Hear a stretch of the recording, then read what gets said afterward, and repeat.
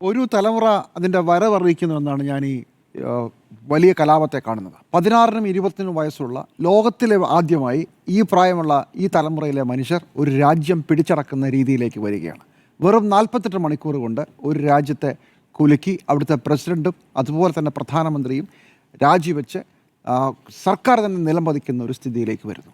ഇൻ്റർനെറ്റും അതുപോലെ തന്നെ സോഷ്യൽ മീഡിയയും അതിലേക്ക് പിറന്നു വീണ ഒരു തലമുറ കൂടിയാണ്.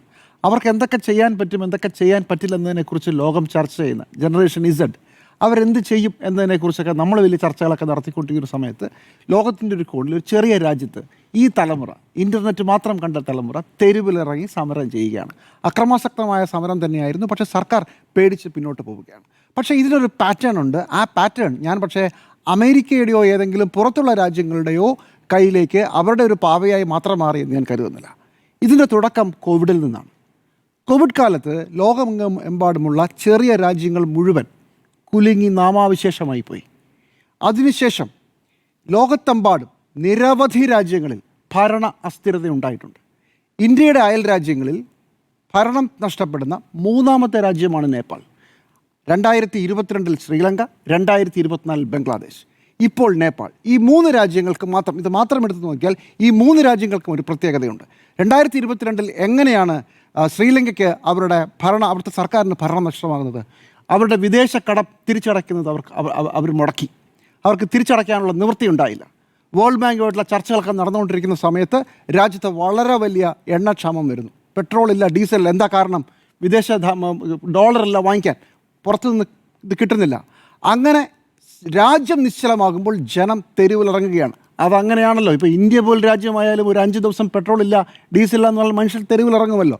സ്വാഭാവികമായും ജനം തെരുവിലിറങ്ങുകയും അന്ന് രജപക്ഷയെ കുടുംബം മുഴുവൻ ശ്രീലങ്ക വിട്ടു പോവുകയും ചെയ്തു. ഇത് അമേരിക്കയുടെ ഒരു പ്ലാൻ ആയിരുന്നെങ്കിൽ അതിനുശേഷം അവിടെ അധികാരത്തിൽ വന്ന ദിസനായികയാണ്. നല്ല ഒന്നാം തരം പ്രോ ചൈനീസ് കക്ഷിയാണ്. ഇപ്പോഴും ചൈനയുമായി വളരെ അടുത്ത ബന്ധമുണ്ടാവുകയും ഇന്ത്യ അതിനിടയ്ക്ക് ഒന്ന് കളിക്കാൻ ശ്രമിച്ചതിന് ശേഷം ചൈന ശ്രീലങ്കയെ തിരിച്ച് അവരുടെ ചിറകിനുള്ളിലേക്ക് ഒതുക്കുകയുമാണ് നമ്മൾ ചെയ്തത്. പിന്നെ 2024 ബംഗ്ലാദേശിൻ്റെ സ്ഥിതി എന്തായിരുന്നു? കോവിഡിന് മുമ്പ് വളരെ ഗംഭീരമായി പുറത്തേക്ക് ടെക്സ്റ്റൈൽ ഇൻഡസ്ട്രി വ്യാപകമായി മാർക്കറ്റിംഗ് നടത്തിക്കൊണ്ടിരുന്ന, അതിൻ്റെ പേരിൽ പച്ച പിടിച്ച ഒരു രാജ്യമായിരുന്നു. കോവിഡ് സമയത്ത് തകർന്നു പോയത് ബംഗ്ലാദേശിൻ്റെ നട്ടല്ലായ തുണി മേഖലയാണ്, തുണി വ്യവസായമാണ്. അതിനുശേഷം അവിടെ നിന്ന് ബംഗ്ലാദേശിന് തിരിച്ചു കയറാനാവുന്നില്ല. അത് ഓരോരോ ഘട്ടമായി കൂടുതൽ പ്രശ്നങ്ങളിലേക്ക് പോവുകയും അവരും വിദേശ കടത്തിൽ എങ്ങനെയെങ്കിലും രക്ഷപ്പെടാൻ ശ്രമിക്കുകയും അത് നടക്കാതെ വരികയും ചെയ്ത ഒരു സമയത്ത് സ്വാഭാവികമായും ജനങ്ങൾ വളരെ വലിയ ഒരു ദേഷ്യത്തിലും വളരെ വലിയ ക്രോധത്തിലും ഇരിക്കുന്ന ഒരു സമയത്താണ് അവിടെ നേരത്തെ അരുൺ പറഞ്ഞതുപോലെ ഒരു കോട്ടാ സമരം ഉണ്ടാകുന്നത്. സ്വാതന്ത്ര്യ സമര സേനാനികളായുള്ള മക്കൾക്ക് പ്രത്യേക ജോലിയിൽ സംവരണം. ജനം സഹിക്കില്ലല്ലോ, വളരെ വലിയ പ്രതിഷേധമുണ്ടായി. നോക്കണം, ഈ ശ്രീലങ്കയിൽ ഇതേ രജപക്ഷെ കുടുംബമാണ് വളരെ ധാരാളിമയിൽ വളരെ സൗകര്യമായി വർഷങ്ങളോളം ശ്രീലങ്ക ഭരിച്ചിരുന്നത്. ആർക്കും പ്രശ്നം തോന്നിയില്ല. പക്ഷേ കോവിഡിന് ശേഷമുള്ള വളരെ സാമ്പത്തിക അസ്ഥിരതയിലാണ് ഇവർക്കെതിരെ ജനങ്ങൾക്ക് ദേഷ്യം വന്നത്. ശ്രീലങ്കയിൽ സംഭവിച്ചത് എങ്ങനെയാണോ അത് തന്നെയാണ് ബംഗ്ലാദേശിലും ഉണ്ടായത്. ബംഗ്ലാദേശിലെ സമ്പദ്ഘടന തകരുന്നു കോവിഡിന് ശേഷം. അതോടുകൂടി സർക്കാരിനെതിരെയുള്ള ജനരോഷം വരുന്നു.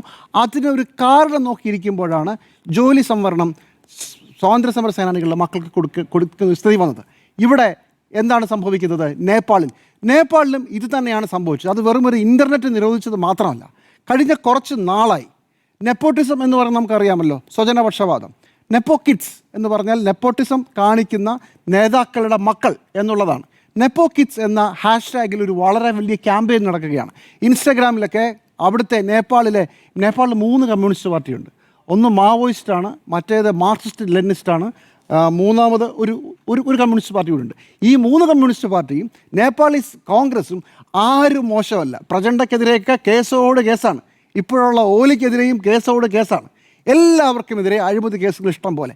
എന്ന് മാത്രമല്ല, ഇവരുടെയൊക്കെ മക്കൾ അതേസമയം വിദേശ രാജ്യങ്ങളിൽ പോയി പഠിക്കുകയും അവിടുത്തെ മുഴുവൻ സുഖലോലുപത ആസ്വദിക്കുകയും ആ പടങ്ങളൊക്കെ ട്വിറ്ററിലും അതുപോലെ തന്നെ ഇൻസ്റ്റഗ്രാമിലും ഇടുകയും ചെയ്തപ്പോൾ അതിനെതിരെ തുടങ്ങിയ ക്യാമ്പയിനാണ് നെപ്പോ കിഡ്സ് എന്ന് പറയുന്ന 2 ഹാഷ്ടാഗുകളും തുടങ്ങിയ ക്യാമ്പയിൻ.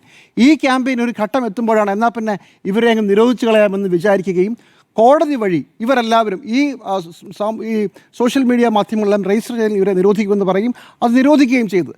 ഇതാണ് ഇതിൻ്റെ ഒരു പശ്ചാത്തലം. അപ്പോൾ 3 രാജ്യങ്ങളിലും വളരെ വലിയ സാമ്പത്തികമായ പ്രതിസന്ധി നിലനിൽക്കുന്ന ഒരു സാഹചര്യം.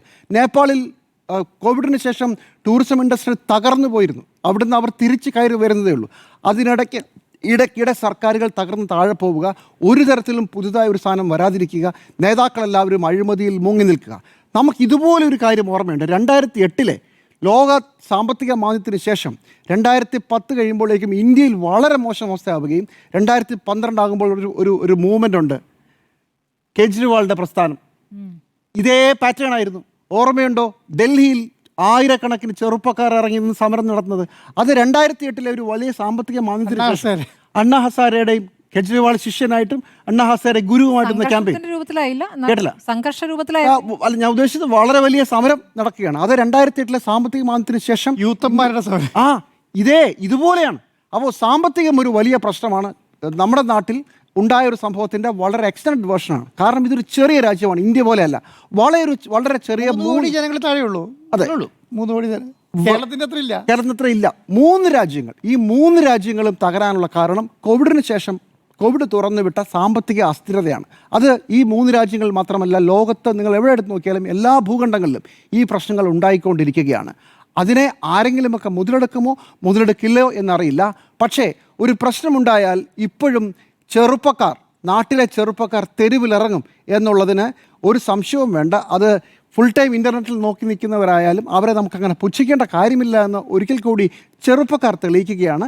അത് ഇൻ്റർനെറ്റിന് മുമ്പുള്ള കാലത്തെ ചെറുപ്പക്കാരുടെ അതേ പ്രതികരണ ശേഷി ഇപ്പോഴത്തെ ചെറുപ്പക്കാർക്കുണ്ട് എന്ന് മനസ്സിലാക്കുന്നു. ഒരു പുതിയ തലമുറ അവരുടെ വരവറിയിക്കുന്നു.